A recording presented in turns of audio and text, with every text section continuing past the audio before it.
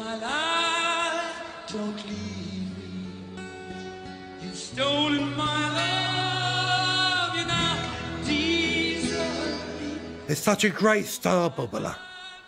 Such a great star. Nobody can replace Freddie Mercury. That's a monster, monster fate.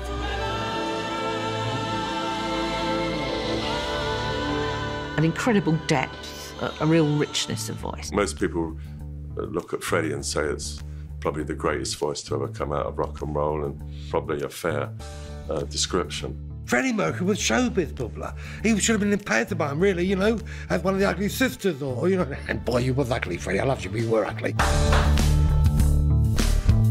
Renowned as one of the greatest performers of the 20th century, Freddie Mercury pushed the boundaries of art and music as he spearheaded Queen, one of the greatest bands in music and rock history. His limitless vocal power and extravagant stage performances shocked and wowed audiences around the world. But out of the spotlight, he was intensely private. His tragic death at the age of 45 left an empty spotlight that will never be filled. This is the story of Freddie Mercury and how a shy boy from Zanzibar took to the stage and became one of the most iconic figures in modern history. You have a very extrovert stage act by any standards. Will you be able to go on with... You mean I flaunted? You're over the top. With one of the most recognizable voices ever.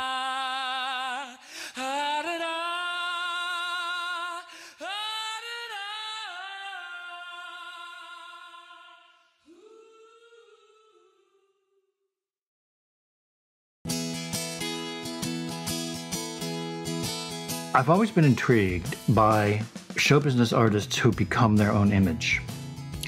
One of the great examples of that is Bryan Ferry, of course, who came from the northeast of England. He came from poverty, and with Roxy, he went through various images. It was very exciting, a different image every year, and then he settled on the English gentleman look, and he became an English gentleman. And indeed, he was honored in the Queen's birthday honors list in 2011. That's a great example of someone becoming their own image. Well, Freddie is one of the greatest cases of reinvention of image there's ever been in show business. Very few people who were Freddie Mercury fans know he was Farrokh Bulsara. And indeed, if you bear in mind that I got to know him in 1974, I never heard anybody call him Farrokh. It's rather like Elton John. You didn't call him Reg. Once he decided he wanted to be Elton, you called him Reg at your peril. And Farrokh wanted to be called Freddie. Within music, everyone was calling him Freddie. By the time I met him, he was definitely Freddie. And in fact, it was some time before I realised that what his original name was, because he still had a passport in his birth name. But he lived his character. He was Freddie Mercury, and that was all he wanted to be.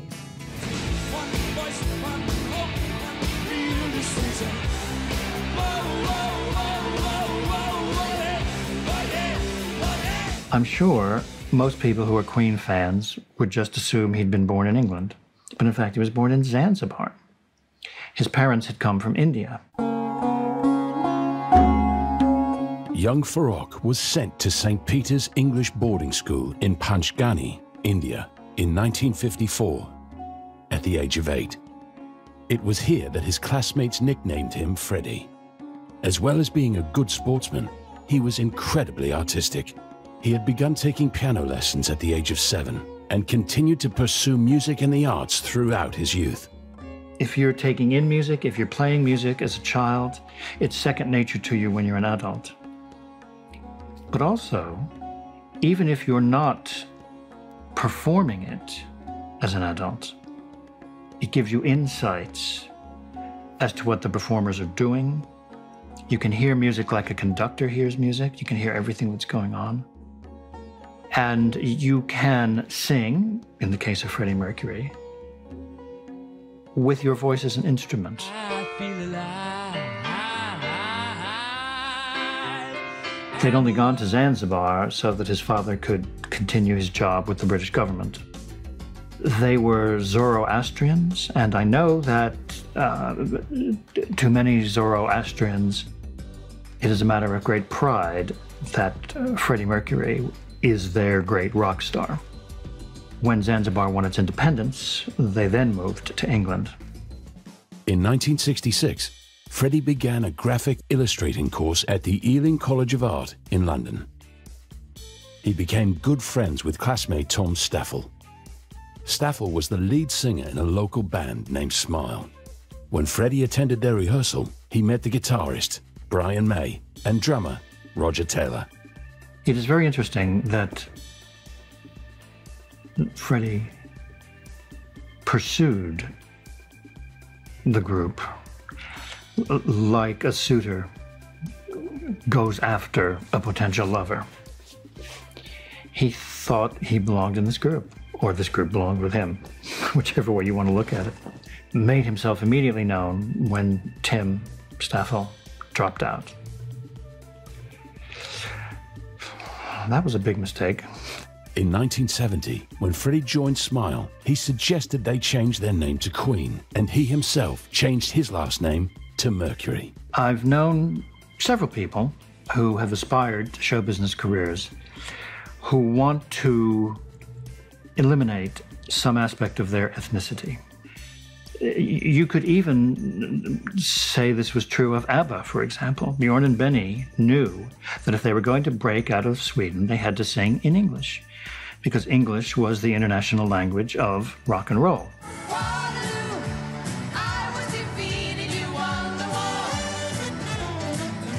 Freddie, being interested in music from an early age, would have known that there had never been a pop star called Farrokh. When you think that Freddie persuaded Brian and Roger to rename Smile Queen, taking it up a level of both audaciousness and status. So similarly, changing your name from Balsara to Mercury, well, you're choosing the name of one of the gods. So you are elevating yourself in terms of your image, at least. And this is an amazing case of personal reinvention, but it worked. By the time I met Freddie, he was living in central London, in this Kensington area. And he didn't talk much about his past. He wasn't for 1 second ashamed of it, but I think he just had moved on. But I know he was very fond of his family, and I suspect he was lovely to them. From time to time, he would talk about living abroad and the influences. But I think he grew up very quickly, especially when they had their first hit. And he was already very confident most of the time. And I just feel that he just embraced the whole thing with the music business and being a star, although he was quite often quiet and shy and would sit quietly in one corner. Shirley Bassey, a girl from Tiger Bay in Wales. Who would ever expect a girl from Tiger Bay in Wales to become an international diva? But Shirley Bassey did it. And she had this panache and this style, which was almost unprecedented.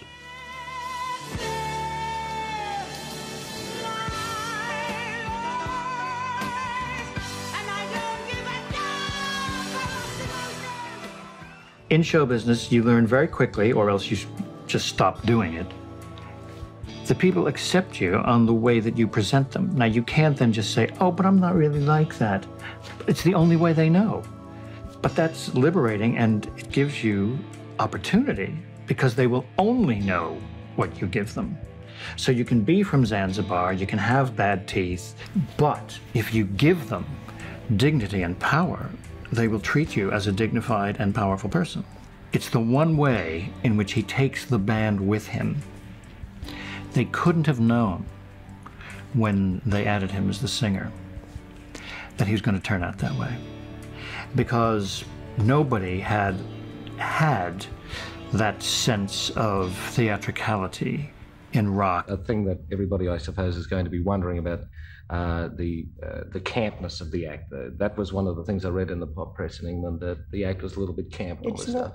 It's not really camp, you know. It's rock and roll, and it's very visual as well. There's a lot of rock and roll music there. And I think it's the same as the variety content that we have on the album. We try and put that across on stage. So, I mean, each song that we do has a different sort of meaning to it. So, I mean, you know, it is rock and roll as a sort of label. But within that, I mean, each song has a different Would you say it was rock and roll with theatre?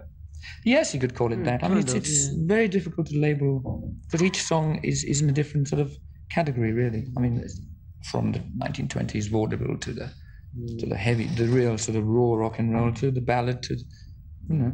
We're told that there was a really good band playing at Imperial College, and I went along with some of my friends from EMI and one or two other people, not really knowing what to expect. This would have been November 1973. And I was absolutely blown away. I don't think I've ever seen a new band play like that. The place was absolutely packed. You can see it's this microscopic stage, and Freddie is performing like he's already in a stadium. I mean, he's big, he projected big. In the early days, there was a tradition that they always wore black and white on stage. And Freddie would be incredibly careful. Everything matched, everything fitted. He would have black and white painted fingernails. And he loved what was always referred to as Freddie's frocks. And he would come out and the most amazing things. Zandra Rhodes designed some for him in the early days, one with wings like an angel. And it was a long time before they changed that. For a very long time, it was always black and white. The others weren't quite as flamboyant, but that was their theme. Off stage, Freddie was always very exotic. And always wore wonderful silks and satins, as did he and Roger in the early days, because, as I said, they had basically were wearing stuff that was stock in the store they'd had. And even in later years, he became very influenced by Oriental clothing. He loved Japanese things. And as you say, he loved opera. He just liked anything that was grand and exotic, but it had to be good. It had to be nice material, it had to be right, and everything had to be perfect. I had a very dear friend of mine in the business, a very famous club called the Speakeasy Club in Margaret Street in the West End of London. And Laurie O'Leary, he said, Eric, there's a band been playing here or been there or whatever they were doing. He said, great band called Queen, you should come and see them. I always loved to see new talent. And I went to see him, I think maybe the Marquee Club or one of those clubs, and I fell in love with them. I thought, these guys are going to be big, monster big. But more Freddie knocking Brian May, my monster mate, and Roger Taylor, who I love, and John Deacon. Well, I don't love John, just half a kiss John. Even in those early days, Freddie stood out. He stood out for me. He was the star. He was the, you know, he loved it. I don't know. I think it's the old word charisma. You know, you can have a milkman who has charisma, or a milkman who don't have charisma. He just stood there with these guys around him. Roger, Brian, John. He was the star of the show. He always stood out. He had that magic, that sparkle. They had really quite a sophisticated stage show. They really worked the audience. And I mean, we all just stood there with our mouths opened and were just stunned. In 1971, John Deacon joined the group as the bass player. Producers John Anthony and Roy Thomas Baker from London Trident Studios signed a management contract with the band, and they began work on their first album. But they needed a record label. Well, basically the way it happened was that Jack Nelson, their manager, who was representing the band and the album on behalf of Trident Studios, who owned it, came to EMI, both the record company side and the music publishing side, and offered it to Roy Featherstone, who was my boss. He was the general manager of the pop division. And basically we got a set of copy tapes, and Roy played it, thought it sounded interesting, got me and the EMI label manager at that time, Dave Croker, and we listened to it, and we actually weren't quite sure what to make of it, because it fell between a lot of things that were going on at that time, because there was obviously the very much the prog rock thing happening. There was the burgeoning glam rock thing, and they sat somewhere rather oddly in the middle, somewhere, I guess, in where we wanted to be in that Roxy Music niche. A few weeks later, after this shtick, I get a call from Uncle Roy Featherstone, who was the chairman of EMI Records. Eric, he says to me, because he used to every twice, I think I got my monster from him. Eric, want to see you, got to see you. And he said, Eric, we're starting a new label here at EMI. The EMI label. I said, we got the EMI. No, we got Columbia, we got Parlophone, we got Regal Zonophone, we got Harvest, we got Schmarvis. We wanted one label, EMI label, where all the new acts, and some of our old acts like Cliff Richard and Cilla Black and whoever it might be, will all be on the EMI label, with just one label. We still have the other labels for maybe specialist type shticks. So we'd like you to run it. Very simple, 5 minutes over lunch. He said, want you to head a promotion. The group I saw the other week, right, the Queen. They're called the Queen. I said, they're sensational. And I believe from my little people I know, that you are thinking about signing them. EMI signed Queen and released their first self-titled album on the 13th July 1973.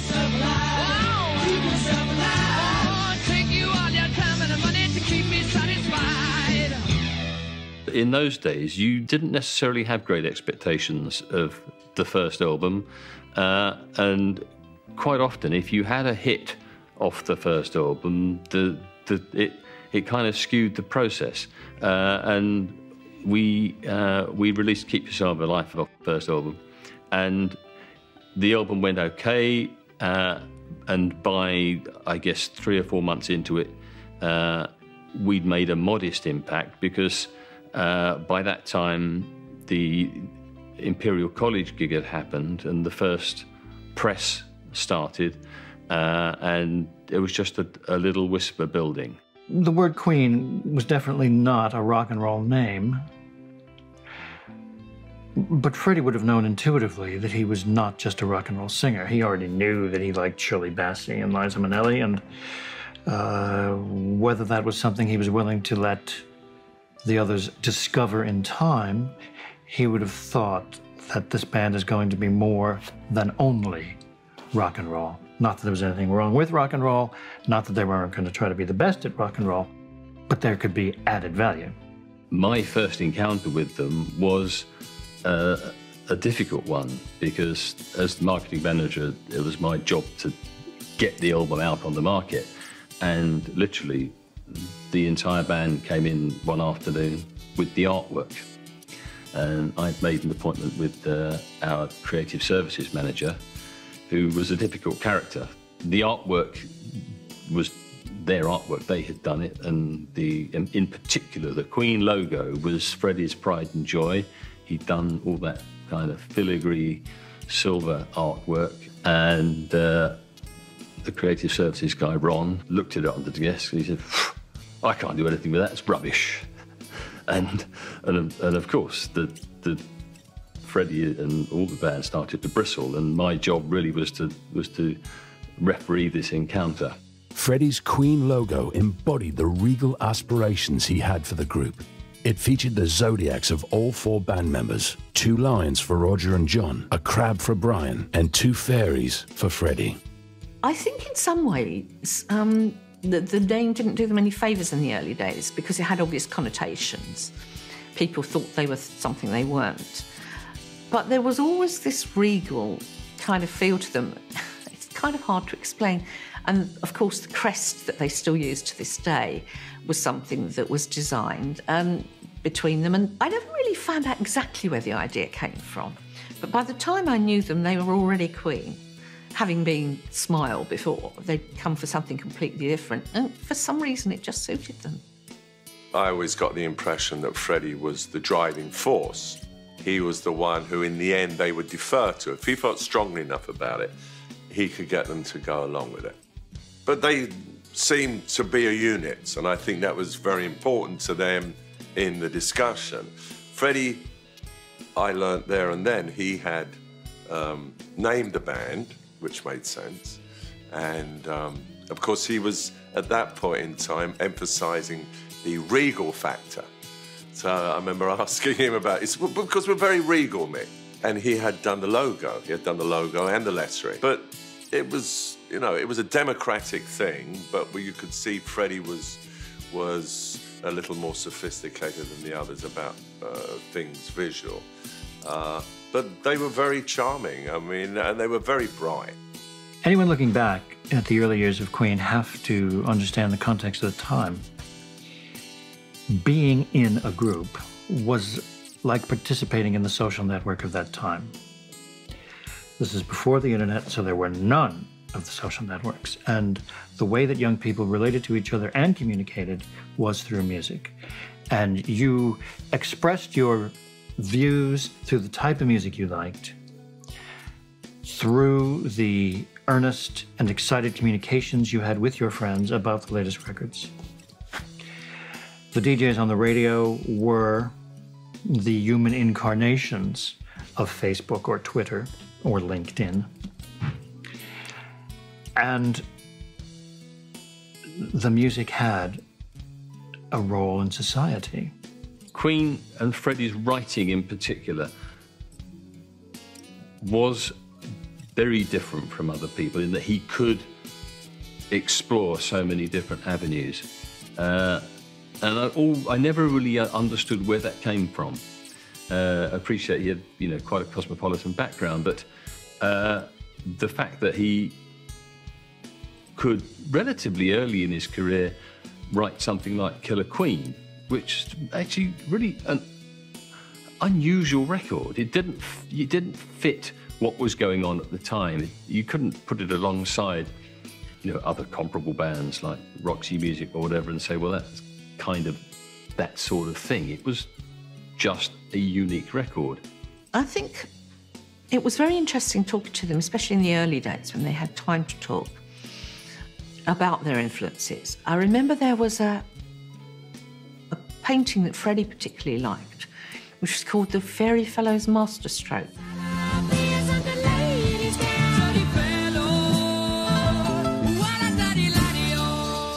And some of the visuals, some of the things, I think, were like that. He also, if I remember rightly, liked Mucha and those beautiful, the seasonal pictures.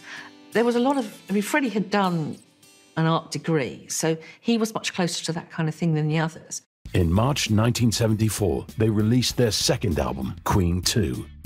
The second single was Seven Seas of Rye, which, thank God, got monster play, because it's like building a house. I laid the foundation, then you put the bricks on. So the foundation really was keep yourself alive. Enough to, that foundation was strong, monster strong, enough to Seven Seas of Rye comes out, and then it took off.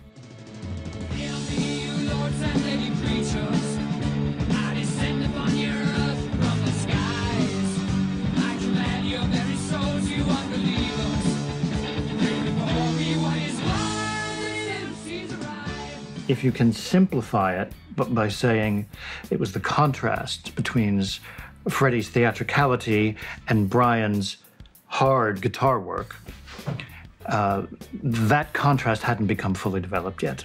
You know, no one really knew who they were, but Freddie knew who they were, that's for sure. He was very, very confident. I think Freddie always really wanted to give a show. I think in some ways, a lot of his life was a show. He always wanted to look amazing. He always wanted to, and he loved the fans. He was a really nice guy.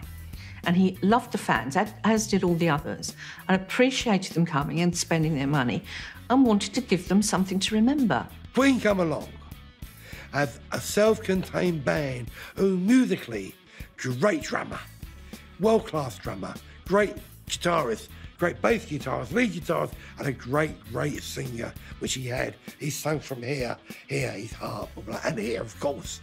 But great, that's what, man. Their talent. Killer Queen, to me, is the first of the classic Queen tracks. She keeps a Moet Chandon in a pretty cabinet. Let them eat cake, she says, just like Marie Antoinette. Building a remedy for Khrushchev and Kennedy. Here, Freddie has found his lyrical mode. She's a killer queen, gunpowder gelatine. So many parts of that song are just so clever. And then at the appropriate moments, there's the contrast with Brian's ferocious guitar. This is it. They've also incorporated the high harmonies of Roger. And I thought, this is like a new group. And this was the song that broke them in America. And it was their biggest hit in Britain. Is this the real life? When we got Bohemian Rhapsody, we were concerned. Is this just fantasy? Everyone was in shock. Caught in a landslide, no escape from reality. It was crazy. Open your eyes, look up to the skies and see. What on earth do they think they're doing? It's so long. It's 3 records in one. And they'd never heard anything like it. I'm just a poor boy. You can't call it just a song. You can't call it something as grand as an opera. It's a piece. It's a mini opera. I was the idiot who said, why don't we ask them to do an edit? And the response was a couple of words.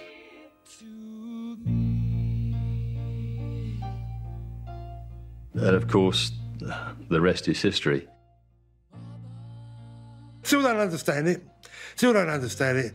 Mama just killed a man, put a gun against his head, pull the trigger now. Instead, I'm listening to it. I said, lovely, love, pull the trigger, very sad. Got a hoosh, got a schmoosh, got a koosh. No way. I said to Freddie, I love it. Not going to get it played because we've got no chance. It's like 9-10 minutes long originally. No way. I see a little silhouette of a man. Scaramouche, will you do the fandango? The person who thought it would be a hit was Kenny Everett, who was working on Capital Radio at the time. And it is true that he played it many times. I'm just a poor boy, nobody loves me. Radio 1's Record of the Week. And now Power Play and Luxembourg, which was very strong with those monster strong. And was getting, I suppose Power Play meant something like 10 plays a night, which is a hell of a lot of plays in 1 week. You know, like 70 plays. He's just a poor boy from a poor family, sparing his life from this monstrosity. I phoned up the factory. We phoned the factory of a morning. If you got the figures from the night before, Ian Mai Hayes. Hello, Bob, it's Eric here. So-and-so, how did we do? So-and-so record day, Queen Bohemian Rhapsody, 60. Oh, I knew it. My biggest fear has come true. The kids now are not buying it anymore because it's too long. 60. I knew it. 60, I can't be sure. Eric, 60,000. 60 what? And all the records I've promoted, from Silverback to Sex Pistols to Schmiftels and Elton John, Blue, the group Blue, the original Blue, all those. I've never had a record sell that much. It was then 60,000, 80,000. I think the biggest daily figure. I mean, you do 80,000 now, you'd be #1 for 12 weeks. In those days, it was just, and I think the biggest daily figure we had on Queen probably went to about one day, 130,000. The record went to #1 for 9 weeks. We will not let you go. Let him go.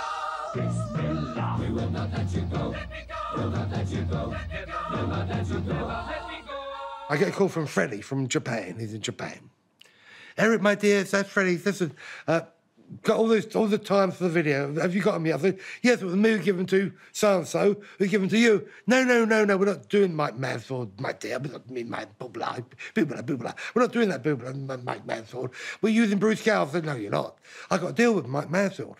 Contracted. He does all their my videos, from Olivia Newton-John to Cliff Richard to whoever, Schmerra, any, you know. I can't do that. No. No. I've paid about £400 a video, or maybe 500. We was using ITN Studios in London, central London, a little, you know, where they make the news. And we used to go there 2 or 3 hours a week while they weren't doing the news shtick and do a little, you know, one camera job. You £400-500, you bite your arm off. No, Freddie's not on. We ain't going to use. Got to use. Well, who you got? We've had a meeting. Without me being there, how dare you have a meeting with me there about my budget, my money, not personally my money, but the my budget. He said anyway. We've had a meeting and we're going to use Bruce Gowers, and it's going to cost about 4 or 5 maybe at the most. Well, OK, it's a similar price to Mike Mansfield, 400 or 500, but I still don't want to use him. No, 4,000 or 5,000. I said 4,000 or 5,000. Are you mad? We can make Gone with the Wind too for 4,000 or 5,000 in those days. Oh, mamma mia, mamma mia. Mamma mia, let me go. Beelzebub has a devil put aside for me, for me, for me. I don't think there was ever a disagreement because nobody ever asked our opinion and didn't need to. Freddie said to me, "Oh, we made a short film yesterday afternoon with Bruce Gowers." And, of course, the reason they'd made it was because they couldn't do it on Top of the Pops, because they couldn't do that many overdubs, they couldn't do the segues of styles and so forth. So, but to be on Top of the Pops, they wanted to give them this clip, so they made a short film. Well, that short film happened to revolutionize the way that music is consumed, because neither MTV or VH1 would exist had it not been for that short film. The whole thing was quite extraordinary. And again, I think people weren't quite sure how to take it, but once they saw it, they realised just how good it was. The point about Freddie was that he was, you know, he obviously had some strand of eccentricity about his lyric writing and his some very left field things. I mean, the music itself was so bizarre that you had no idea what the lyrics meant, and really, who cared? I think one of the interesting things about Queen is that their songs are open to such interpretation. But I'm not going to say on camera who I think it's about. Bohemian Rhapsody was basically, I was writing 3 songs, and they were meant to be different, and I just couldn't finish them, and I just thought, oh, damn it, I'll just put the 3 together.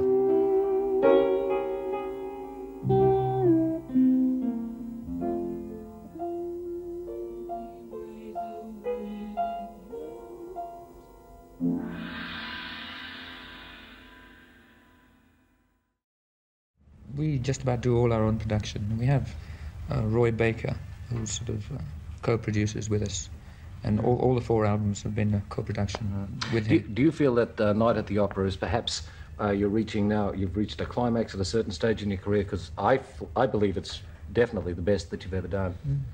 Thanks. I think it's possibly the peak so far, because it's the most successful. But I mean, we hope we're going to get better. We get a different peak. It is going to be difficult, especially with Bohemian Rhapsody being as large. Well, a kid wrote me a letter about that and said, I study demonology and satanic things. Why do they use Beelzebub? And I suppose that's a legitimate question. Why do we use it? Yeah. It's just why do we use anything? I mean, it doesn't necessarily mean I study demonology and things. I just love the word Beelzebub. It's a great word, isn't it? Very camp word when you look at it. Actually, the letter was signed with a cloven hoof at the top. What is that? The same sect. I belong to that. You're sticking pins in effigies. The next single that's coming off Night at the Opera is You're My Best Friend, I understand.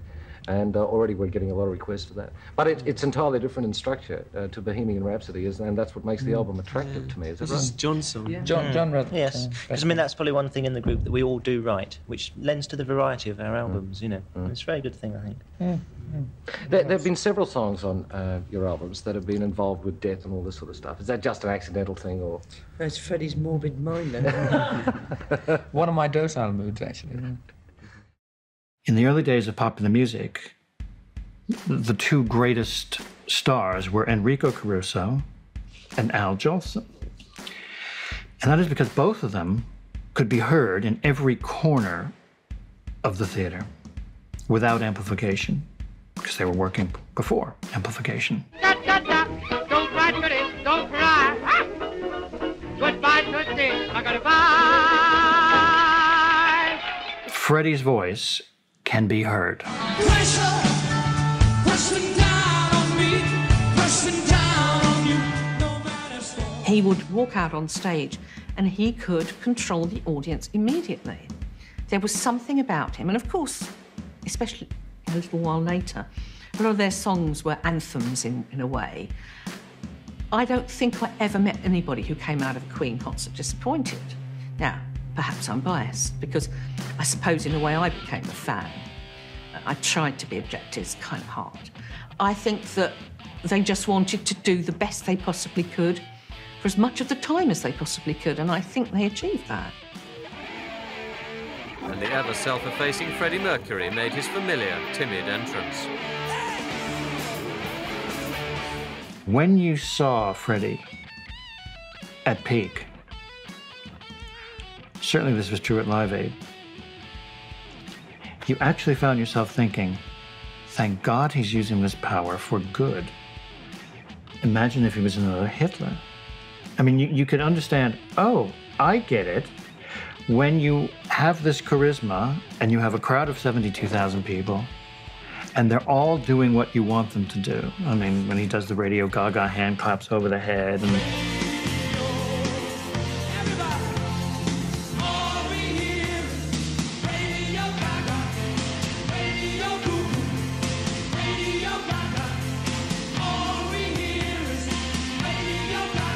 He asks them to repeat after him, and they all go,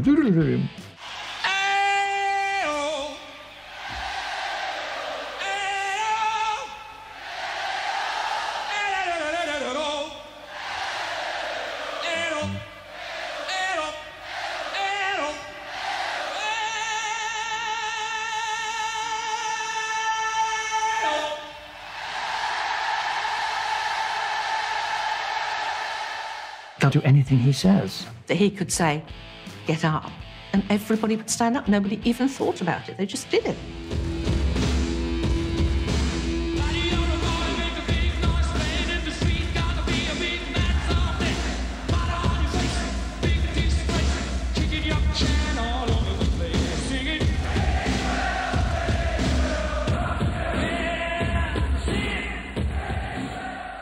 I think Freddie was a very affectionate person. He was a very kind person.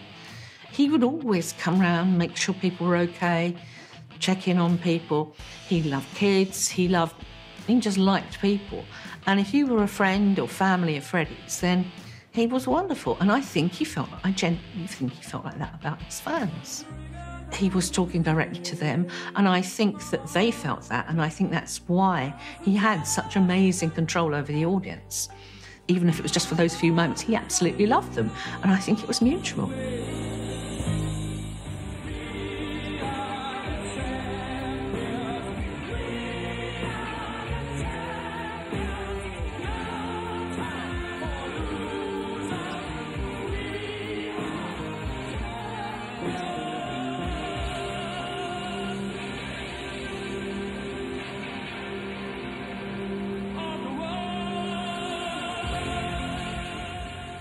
When asked to think of a verb to describe Freddie on stage, I think of strut, like a peacock, or some beautiful, rare creature, just strutting across the stage.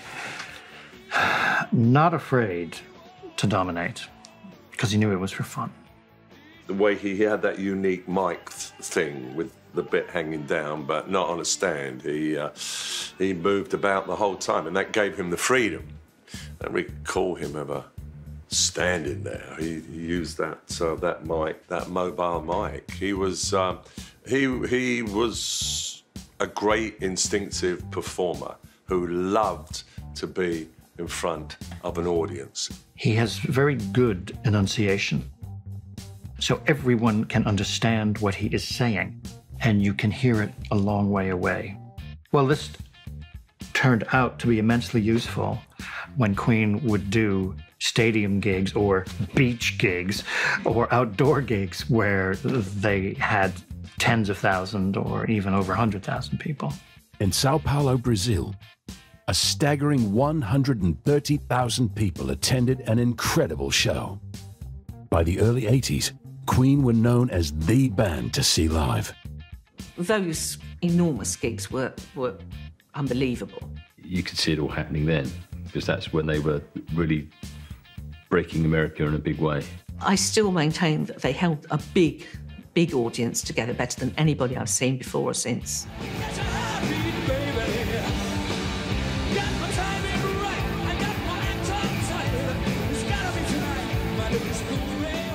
There are very few people whose voices are immediately recognisable. And I think Freddie is one of them. Freddie had the most incredible voice. He had a wonderful range, he had a depth, he had a richness and a power in it, I think, that meant that the songs they'd written, some of them I don't think anybody else could have sung. And I find it very interesting that there have been very few cover versions of Queen songs, and I suspect they frighten people because it would be very hard to copy what Freddie did. Several of the great singers of all time consciously used their voices as an instrument. Frank Sinatra, for example, learned to use his voice from listening to Tommy Dorsey, who was the leader of the band that he was in 1940. I long to kiss you, but I would not dare. I'm so afraid that you may vanish. And he noticed that Dorsey, a trombone player, had great breath control, which enabled him to draw out long notes. And he wanted to draw out long notes in singing, so he learned breath control. And Freddie could do the same thing because he realized his voice was like an instrument. If you are but a dream. Freddie was extremely interested in people who had power. Liza Minnelli was an obvious influence. Her style of belting, he loved a belter. The ultimate, of course, was Montserrat Caballé. And I went to the Covent Garden Opera House to see a recital by Montserrat Caballé, the great Spanish diva. And I looked to my left, and not far away, there's Freddie in a box seat. And he's going, and he's so excited. He's like a schoolboy.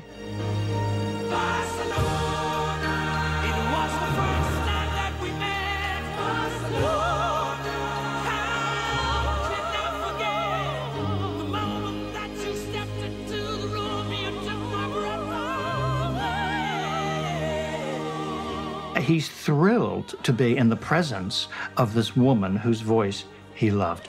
Well, it was no surprise to me at all that he shortly thereafter recorded with her, because he was into it.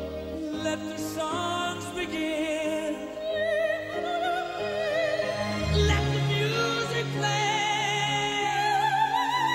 He loved the way that this woman, who did not look glamorous, could become a glamorous character strictly through the use of her voice and her attitude. This was Freddie par excellence.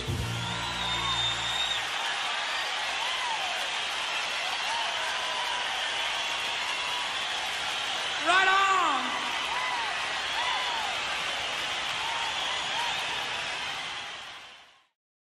By the time Live Aid came around, I had small children. And we had a summer function in the school hall where we were all sitting on tiny chairs. And Live Aid was on, and we thought we wouldn't get anybody there if we didn't have a television. So we had a television on with Live Aid on. And when Queen came on, everybody stopped whatever they were doing and watched them. And I have to confess, I did shed a little tear because they were so amazing. Freddie at Live Aid is probably the best domination of an audience I've ever seen.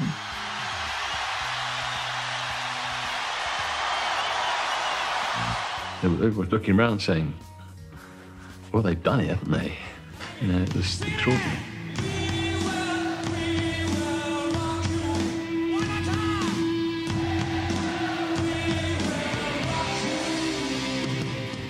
They're stealing the show. All the artists backstage, who had, of course, their own egos, their own sense of pride, they're stealing the show. And they were. Shivers down my spine, body's aching all the time. And you hear the audience going completely nuts. And you see on the monitor Freddie doing this impromptu duet with a BBC cameraman.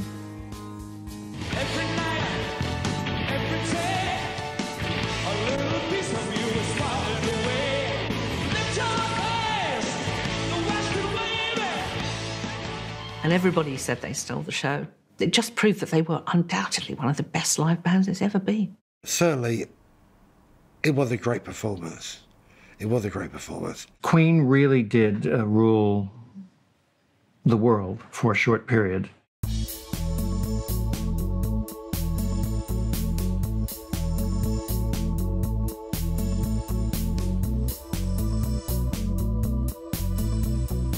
One shot, I did actually quite a lot of pictures, but one of them was them topless, looking like, well, just looking like English schoolgirls, really. And, and actually they picked up, as a result of the photos, they picked up a bit of publicity from, I remember the NME, who were in the business of taking the piss, mostly out of rock and rollers back in those days. That was their thing. Interesting enough, they're the sole remaining weekly British music paper. There used to be certainly 4 back in those days, but they're the only one that survived. And they did. And then, but somebody had obviously listened to the records. I mean, say, well, look at the state of this lot, and they're pretentious, and this, that, and the other. And I remember the others 3 being a little bit concerned about it. And Freddie said, "Of course we're pretentious. I mean, we don't give a damn. We're fabulous, and that's it." I can't think of anywhere that his behaviour jarred at all. He's not around me. He was always very sweet and very open, in fact, with me. I mean, obviously I was an ally that he had recruited, that he thought was valuable in the promulgation of the image. And of course, you know, I came up with a few winners for them. The national and international press did not generously receive the grand image the band portrayed. Freddie was especially in the firing line because of his extravagance. Offstage, he was an intensely private person, which led to the tabloids spewing homogenized rumors of his lifestyle and sexuality. Rarely willing to give interviews, his tumultuous relationship with journalists lasted throughout his entire career. I think people were out to get them. The media get excited about all kinds of things. I mean, you can argue it's none of their bloody business, but they're going to make it their business anyway, so what are you going to do about it? Freddie, and indeed the band generally, were very single-minded and also didn't necessarily suffer fools gladly. The band and Freddie in particular, his very flamboyance, if you like, invited negative comments from people who liked their rock and roll to be more down and dirty. I've never been quite sure why other journalists didn't like them. There were 1 or 2 who did. I think maybe they were too intelligent and too much of a perfectionist for their own good. Who knows? Some people were incredibly rude about them. At one point, I believe there was actually a blacklist of journalists they wouldn't speak to because some people, for no apparent reason, just took against them. But I think subsequently they did decide that it was quite good not to be so popular because they lasted an awfully long time. Back to pop journalism, I suppose, but pop and rock and roll seems to be, they get too involved with themselves. Rolling Stone magazine in America and New Musical Express in England. Absolutely. Do you find that they become very condescending Very after a good while? choices, yes. Yeah. We don't take any of them very seriously, actually. Yeah. Having seen them go from the absolute bottom to the absolute top as regards what they think of us, and back down again, probably. We just no doubt it will go can't that really way. take it very seriously. I mean, the whole idea of having a magazine that pretends to write seriously about politics and rock and roll at the same time, to me, is totally absurd. Yeah, New Musical Express is more into nail varnish than music. Queen, I hope you have. Dig at me. I hope you have a very successful tour. I know it will be, and it's a sellout. When I first went to Freddie's home, he was living in a flat in the Kensington area with his girlfriend, Mary Austin, and he was still the best of friends with her till the day he died. And they had a very interesting relationship. They were just boyfriend and girlfriend. And it was a very nice little flat, but it was very small. And I remember crowding in there with them one night when we'd just come back from a gig to watch Bohemian Rhapsody on Top of the Pops, and sitting on his settee watching it. And Mary was lovely. And even as she and Freddie grew apart in some ways, they became the very best of friends. And she married, she had children. But their relationship never really changed. He just had other relationships as well. Freddie met Mary Austin in 1970. She worked at Bieber, a fashionable London boutique in Kensington. Mary recalls a shy Freddie smiling and waving at her every time the band would visit. At the time, Mary was seeing fellow band member and friend, Brian May. They had met at Imperial College London. But he could tell Freddie was attracted to Mary and confessed that they'd only been on a couple of dates, pecked on the cheek, and left it there. He mustered up the courage to ask her out on a date. It was a deeply emotional attachment from the start, and 5 months later, they were living together. Their relationship held strong, but 6 years in, Mary became suspicious that Freddie was at unrest with himself. When Freddie confessed his bisexuality to her, she described it as an incredible relief. After that, he became much more comfortable with himself. He became again the confident man she had fallen in love with. Freddie and Mary never married, but they remained inseparable until the end. They lived the vows they never made.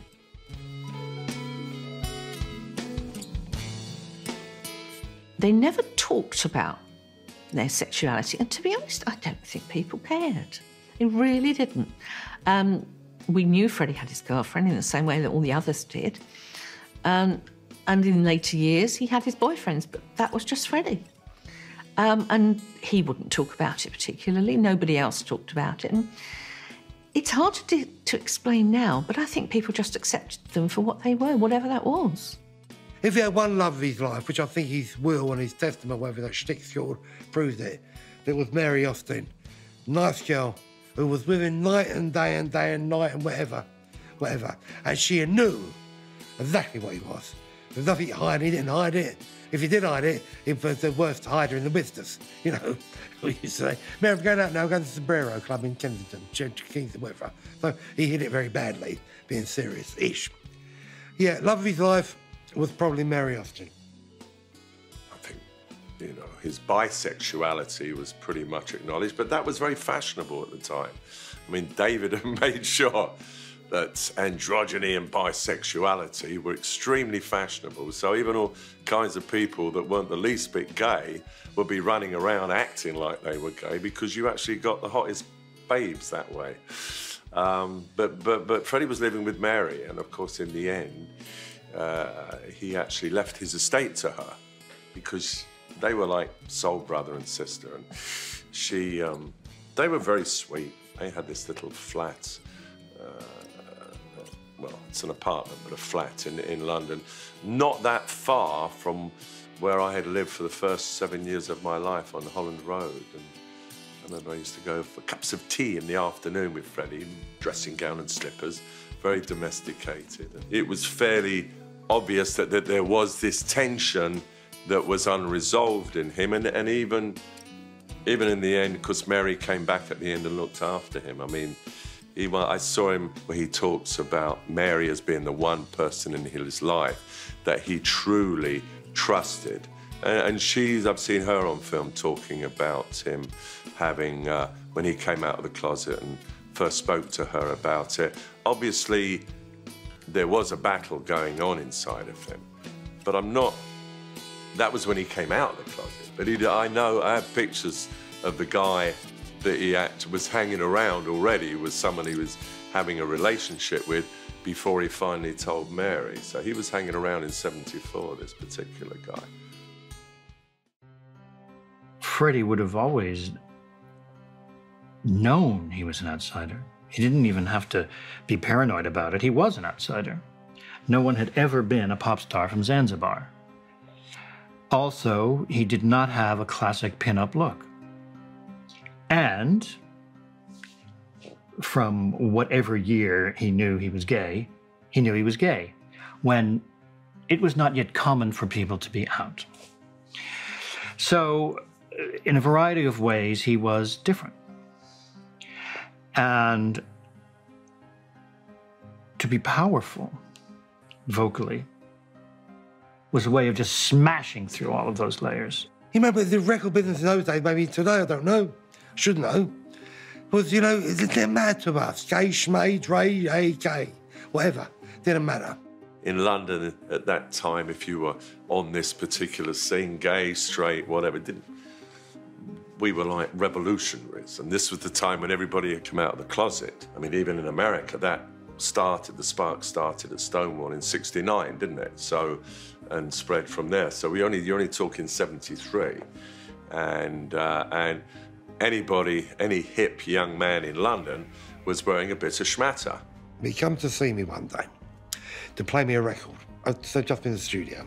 And he says to me, Eric, want you to hear this? I'm the promotion man.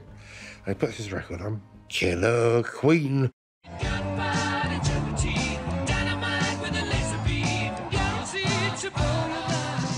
I said, love it, it's gonna be it, love it, monster's gonna be it, blah, blah, blah, it. No, you haven't, Eric, you haven't listened to the lyric. I have, no, listen again, put it on again. He's Maurice Chandon in the fancy cabinet, dabba, dabba, dabba, dabba, dabba, dabba. Yeah, great, no. I said, it's great, Freddie's gonna be it, we get plays, don't worry, we get plays than that, we get many plays. No, he said, but no, don't listen. I tell you, you haven't sussed it out of you. I'm gonna say, mate, sussed, or you haven't. This song's about you. About me, Bobula. Killer Queen. I'm the Queen, I'm being Freddie, and I can't have you. You're killing, and that's killing me. So I'm the Queen and you're killing me. And when you hear the lyric now let's do it again, he was right, because I had a fancy cabinet at EMI, which I kept Maurice Chandon on. He keeps Maurice Chandon in his fancy cabinet. Hair like Marie Antoinette. And those days, not now, look at me now, Bubba, I've got no chance. I used to go to Sweeney's in Beecham Place in London, I used to have, they call it a Lamar, perm, because I saw Kevin Keegan shtick, long Lamar, like Marie Antoinette. And he claims, and I told that story, and about 3 or 4 people have verified it, that Killer Queen was written about me. She keeps a Moet Chandon in a pretty cabinet. Let them eat cake, she says, just like Marie Antoinette. Building a remedy for Khrushchev and Kennedy. At any time, an invitation you can't decline. He certainly didn't want to talk about it publicly, any of that. He would discuss things privately. And I could name a couple of interesting names, but I won't, that I happen to know he had relationships with, but that's not for me to discuss. That's, I do believe, even for public figures, that there is, you know, there's an area of privacy that I may be privileged to have certain knowledge, but if they want to talk about it, it's up to them. But so I don't want people talking about all the lurid things in my youth either. It's none of their fucking business. I'm laying in my bed in the Holiday Inn Luxembourg, about 3 o'clock in the morning, suddenly knock at my door. I thought it might have been something I've ordered. I forgot I've ordered from the, you know, hotel. Hello, yeah, who's that? Eric, it's Freddie dear. What do you want? I just come in a minute. I'm coming up. I let him in. As he come in, I went back as well. So I just laying on the bed. I'm laying on the bed. And he said, Freddie, but what's the problem? Blah, blah. It's 3 o'clock in the morning, blah, blah. We're going to pick up at 8 o'clock. We're getting the plane back to London. No, I want to be with you. I said, well, you can be with me with pleasure. Tomorrow on the plane, blah, blah. I'll make sure I sit next to you and not the other boys, you or whoever it was on the trip. No, now. I know you're not into what I like, but can I just hold your hand? I said, that's all you got to hold in my hand, blah, blah. Nothing else, don't hold my hand.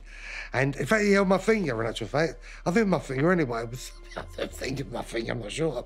No, and he held my hand. So I said, nearest I got to having sex with Freddie Mercury.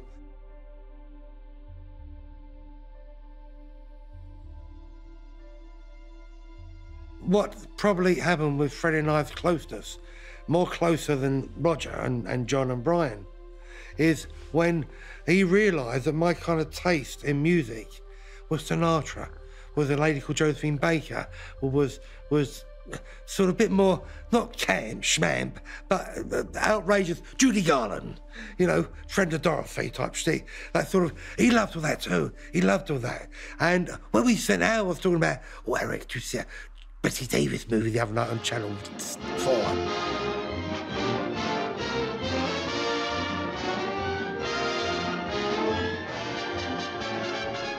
No, Bob, I missed it. So we're kind of, in a strange way, are very much into what they were doing and what was happening currently by other bands and artists. But he also loved time. I remember Josephine Baker, a very famous French artiste, big star. She was appearing at the Palladium, and I got him tickets to see him. Now, I've got tickets for that, whatever, Monday night. She was there for a week, I think. He then went himself up, nearly every night went to see her. What occurred was, because he was so knocked out by this seeing this lady live, and I took him, he'd heard of her records, but he bought me a little brooch, one of silver, and she used to wear, Josephine Baker, like a little scarf, sort of hat, sort of shtick, and I don't know what to call it, some fashionable name, I don't know what it's called. But so the face was her face in gold, instead of silver, but the head shtick was gold with all little diamonds in. Must be worth a fortune. He bought it at Cartier for me. I think perhaps Freddie was always looking for love, which he found in many ways over his life. I think he was always looking for perfection, which is probably a harder thing to find. And I think he was ultimately curious. He wanted to know what was out there, to experience a lot. And he found a lot of the things he was looking for, but perhaps not all of them. I don't think Freddie Mercury wanted one person to love. He was happy with his life. He was happy going to certain clubs in New York, in London, in France, in Italy, full of young-ish guys, all above age of consent. Of course they were. And he loved, Eric, you that boy over there, say hello to him, come and have a cup of tea, he would love all that, bubbler. He loved the showbiz world. He loved making those videos. He loved dressing up the woman. You know, I remember I said to him, when he done I Want to Break Free, I remember I was a bit rude, but I got Toby to brought it up myself, I remember we was at, I think in White Elephant having dinner or something. I said, Freddie, no, you're bad, you know, he's just eaten a big meal. And I remember it made him laugh, which I used to make him laugh a lot. He had all this big meal, he'd forget he had just a great appetite before he sort of fell ill-wish. I think you should re-record that record, I Want to Break Wind. And he said, I want to break free.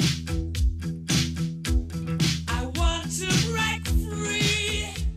Freddie was as nice a person as you'll find in his personal life.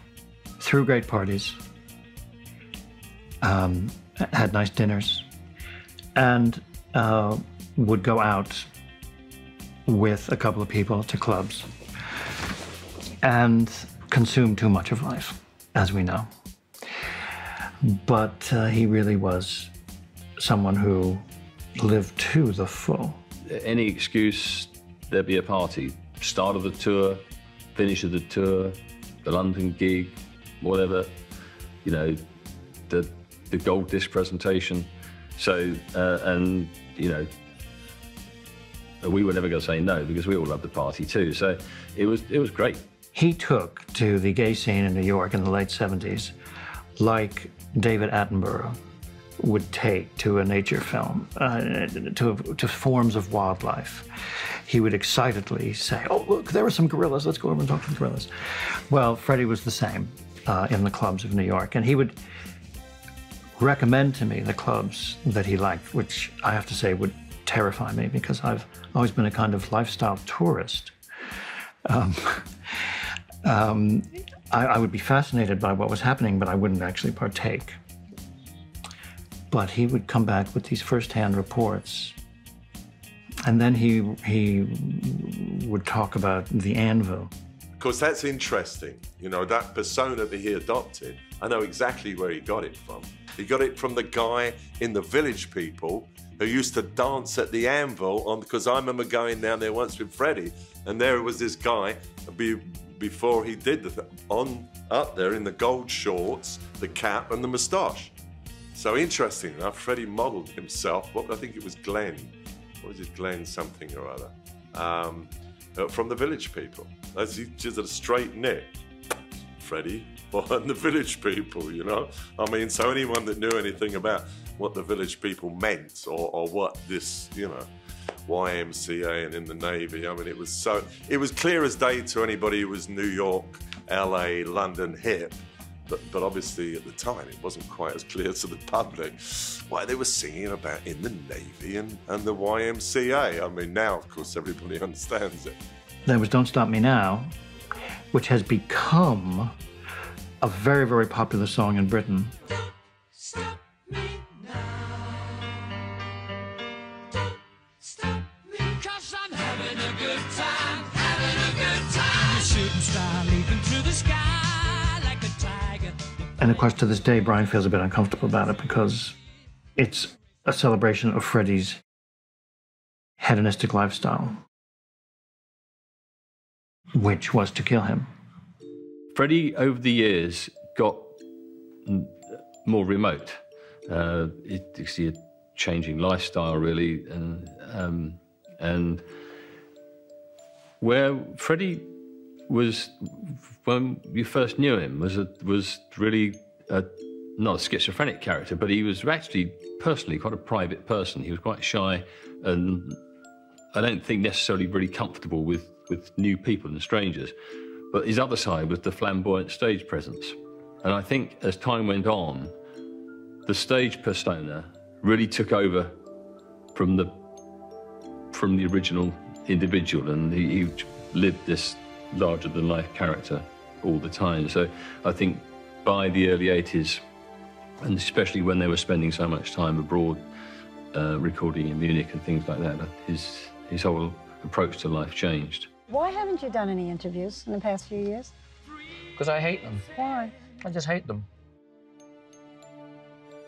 I've said this several times before, but it's just a key moment in my life with Freddie and as a gay person. In Heaven, the nightclub, in early 1983, I had returned from the United States, and I said, have you adjusted your behavior in light of the new disease? Because it had no name then. And he said with one of his flourishes, he said, darling, my attitude is, fuck it. I'm doing everything with everybody. And I had that sinking feeling. There literally is a sinking feeling. I've had it twice in my life, and that was once. And I just felt at that moment, we're going to lose Fred. And I also thought that even though he's putting up this great front, probably in the back of his mind, he thinks it's too late.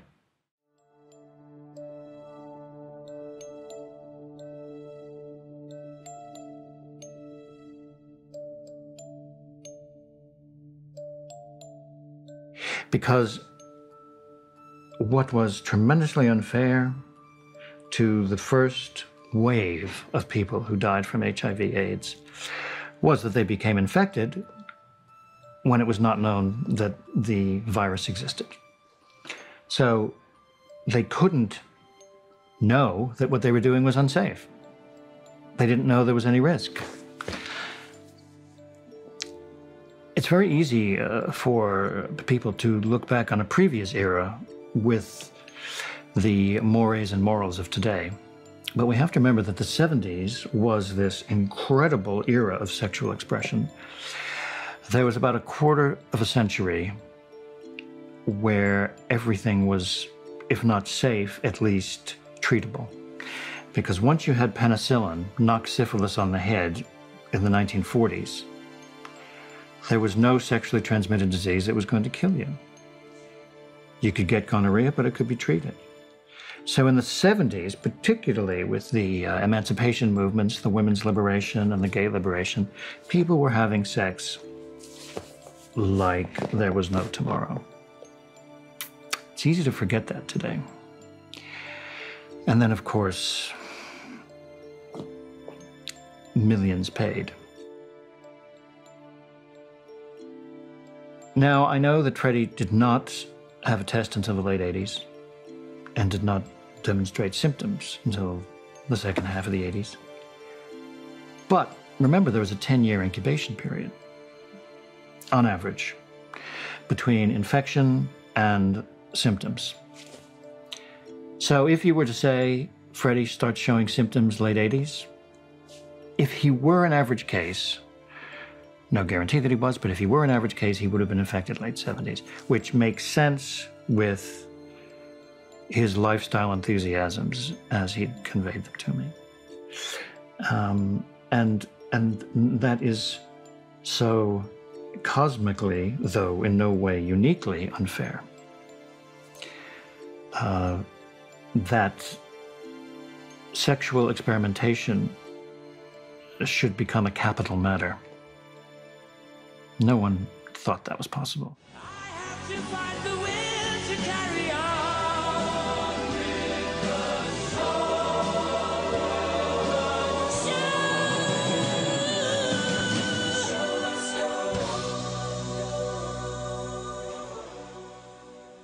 By that time, he was being pursued everywhere by paparazzi, and you know the tabloids were speculating on a weekly basis. You know, every time he was seen in public. So it was that time when there were a lot of similar casualties in and around the music business, and most of us knew somebody who was similarly afflicted. So you kind of had the feeling what was going on.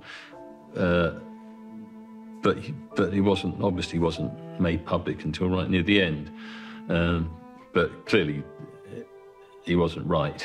And the fact that their activities have been so much scaled back by them made it clear that there was something wrong. Regardless of what it was or what caused it, he was obviously not the same Freddie. I think most people knew that he was ill. I think nobody really knew what was wrong or how long he'd been ill or how bad it was until pretty much at the end. Freddie was one of those persons with AIDS who responded by not wishing to be seen by the general public.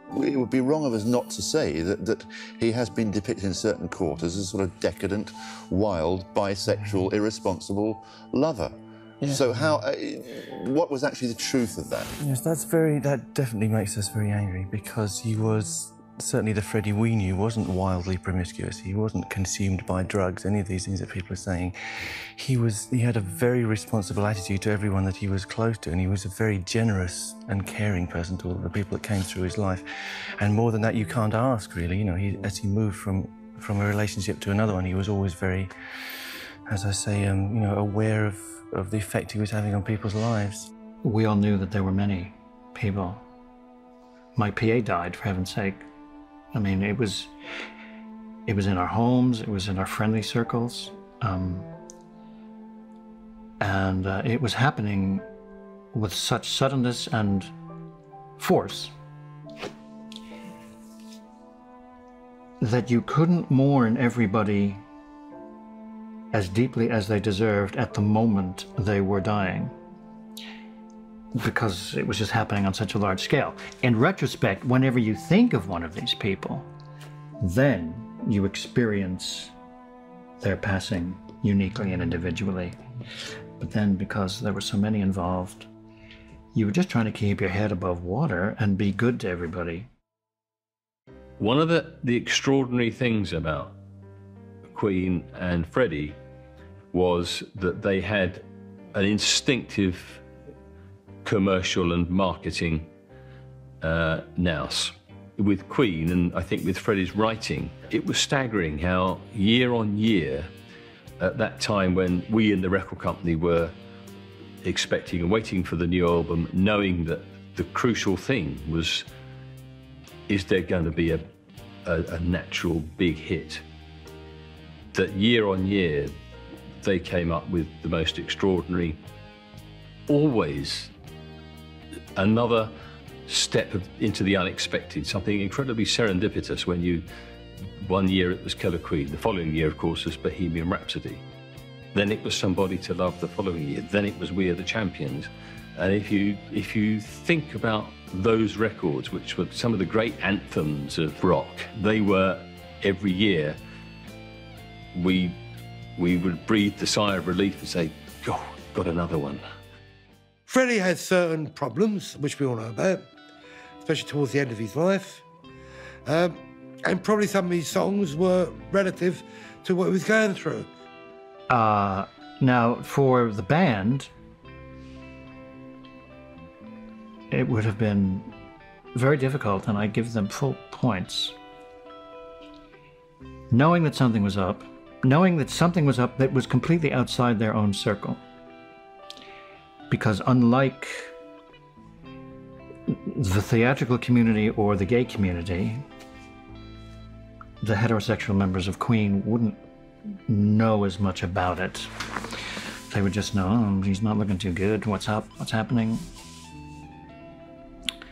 But because they were very much a quartet, they stood by him to the very, very end. And the very, very end, of course, is that incredibly moving video.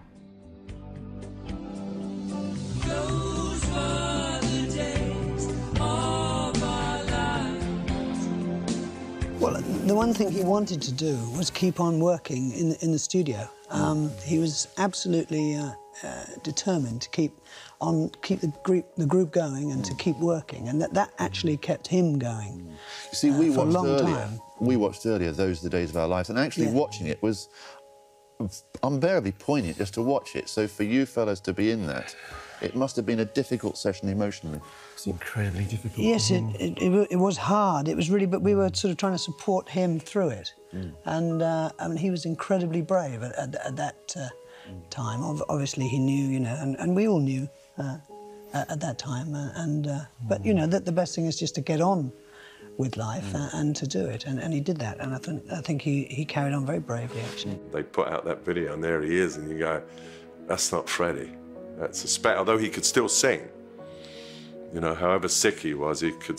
It was like seeing that disgusting-looking blubbery Elvis. I've seen footage of his last concert, and he looks horrible, but he sounds divine still. You know, so talent is a funny thing. It doesn't. Disease doesn't necessarily kill the talent, or, you know, self-destructive behaviour, and. Clearly his talent was intact right up until that last recording. Freddie says, "I still love you," and it's there for all time. You know, it's complete communication, straight from the heart. What a brave man.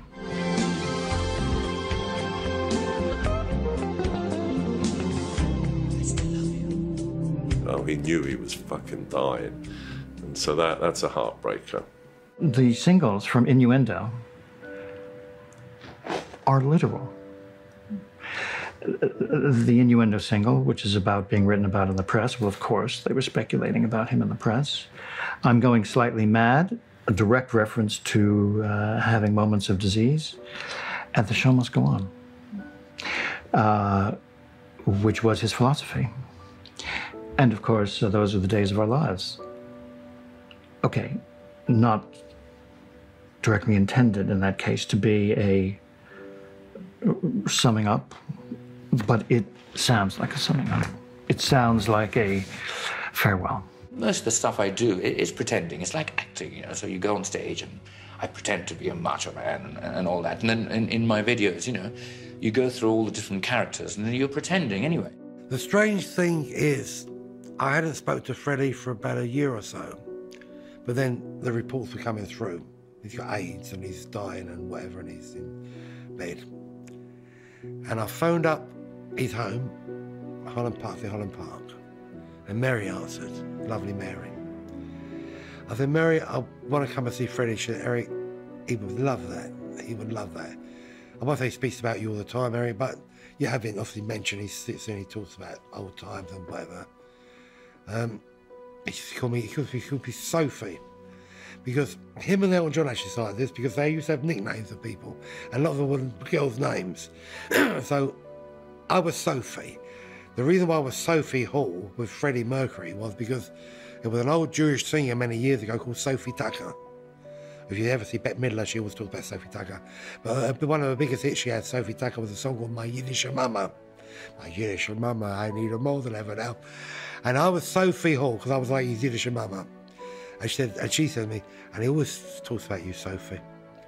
Funny, Elton used to call me Annie because it was Annie Hall. The movie was out at the time, but a year or so later. I thought I was going to go and see him. I put it off. So she said, well, come this week. I said, I can't come this week. I'll come maybe a week or so's time. And I was too late. Freddie Mercury released a statement on November 23rd confirming the world's deepest fears. He said, I wish to confirm that I have been tested HIV positive and have AIDS. I felt it correct to keep this information private to date to protect the privacy of those around me.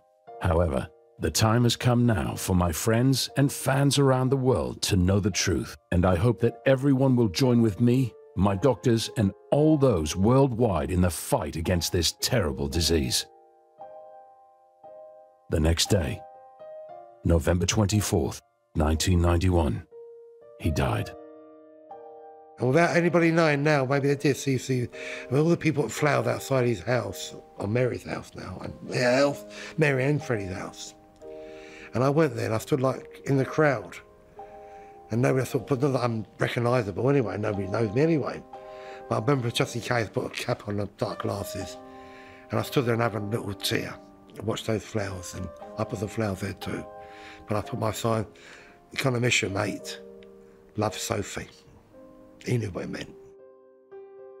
Well, it was a sad thing. I mean, how could it not be? He was a very sweet guy who died. And I know he was in because Mary told me that he was in a lot of pain at the end. It was not an easy death for Freddie. But apparently he didn't complain. Apparently he was not, and he didn't feel sorry for himself. I don't know what else he could have done because but apparently he was in a lot of pain. When Freddie died, that was the end of Queen. There was just great sadness. Because you felt that, like all the artists that die young, you say, well, what would have been? What would Buddy Holly have done? What would Eddie Cochran have done? All of those artists that died young, Otis Redding, people like that. You think, well, what would Freddie be doing now? Because he's the same age as me, a couple of months younger. So you think, well, Freddie at 65?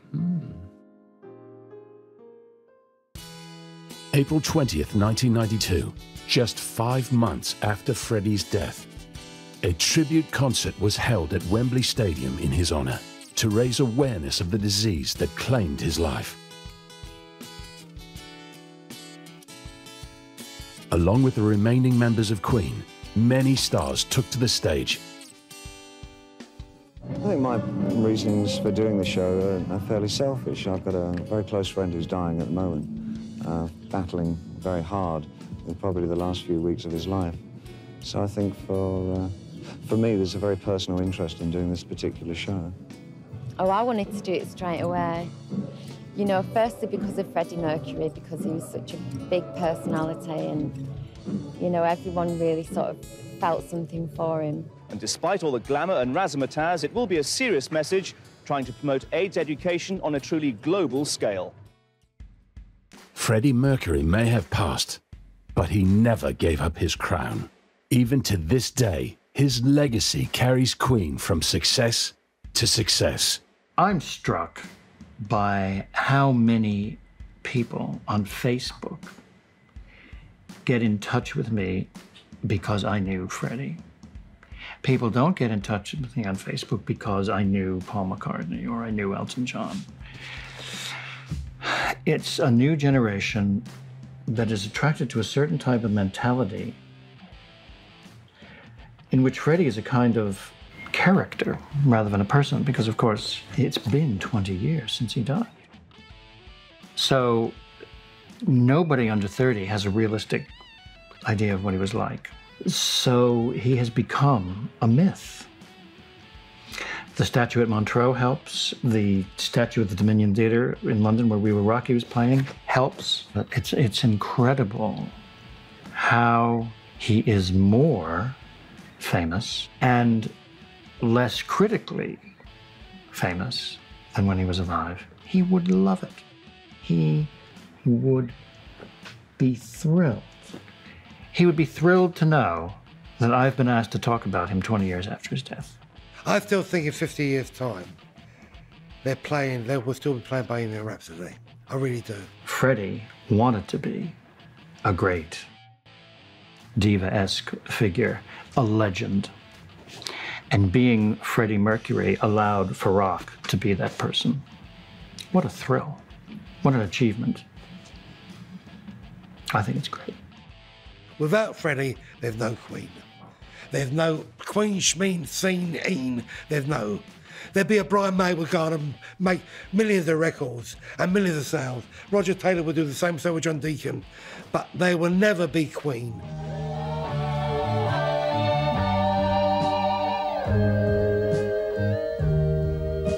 Despite relentless criticism throughout his life, Freddie's legacy has endured. He is celebrated as a brave, mold-breaking performer with one of the most recognizable voices ever to grace music. Long live the King of Queen.